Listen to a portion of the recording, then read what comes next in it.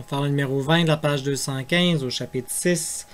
On a une masse de 2 kg ici qui se trouve sur la face avant d'un chariot, puis une masse de 3 kg ici qui est le chariot.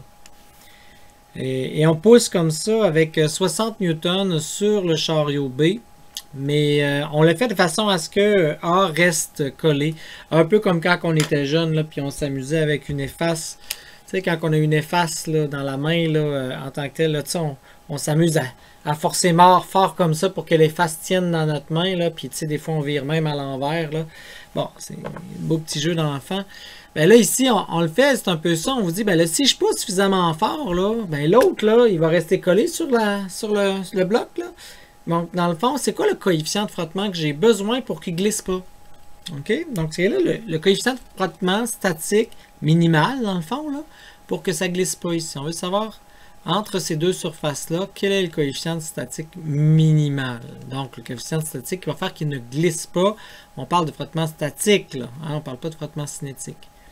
Donc, pour faire cette situation-là, il faut prendre chacun des objets individuellement, puis ça va nous permettre de faire la troisième loi de Newton.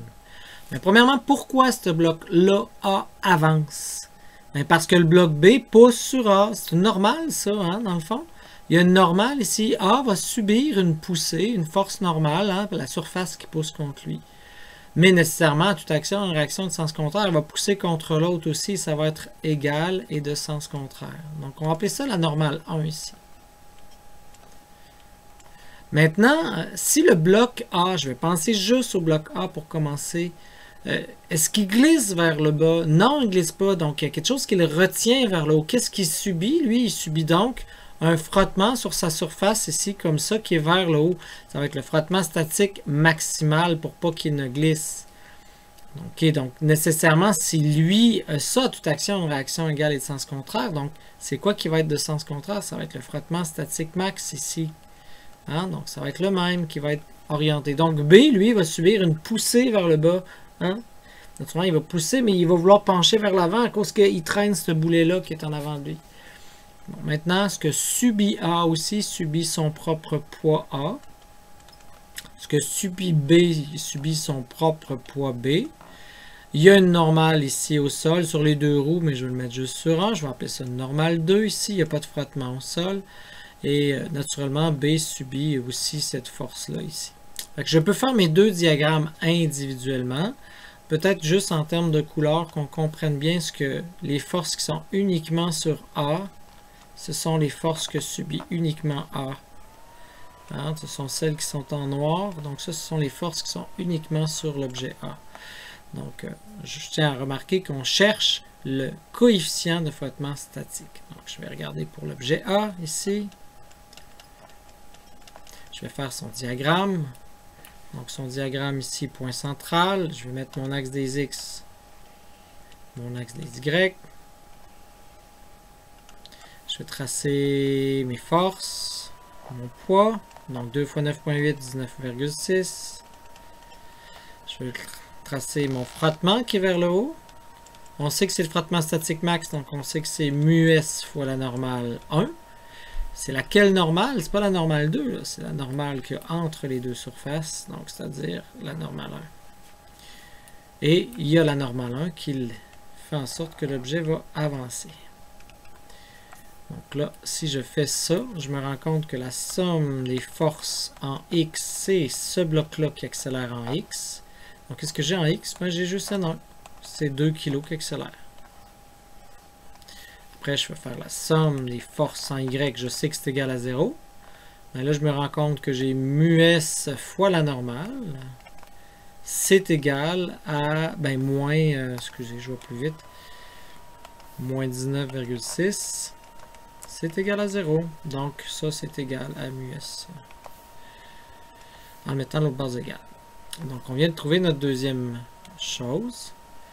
Donc là, je me rends compte de quoi? Moi, je cherche mu S. Pour avoir mu S, j'ai besoin de ma normale. Ma normale, c'est 2A. J'ai pas A. Donc, il faudrait que je trouve l'accélération de mon système. Bon, là, ici, je vais vous montrer une première chose. Donc là, on va aller faire le diagramme du bloc B. Parce que je veux qu'on se pratique. Donc, sur le bloc B, qu'est-ce que j'ai? Je vais faire X. Y. Dessine mes forces. Hein, je vais les mettre en vert. Fait que là, maintenant, qu'est-ce que j'ai? J'ai normal 2. J'ai un frottement statique qui est vers le bas. Donc, j'ai ma fameuse MUS fois normal 1, en fin de compte. J'ai ma normal 1 qui est vers l'arrière. J'ai mon poids aussi qui est 39,2. C'est ça? C'est combien qu'on a donc? 29,2. Excusez.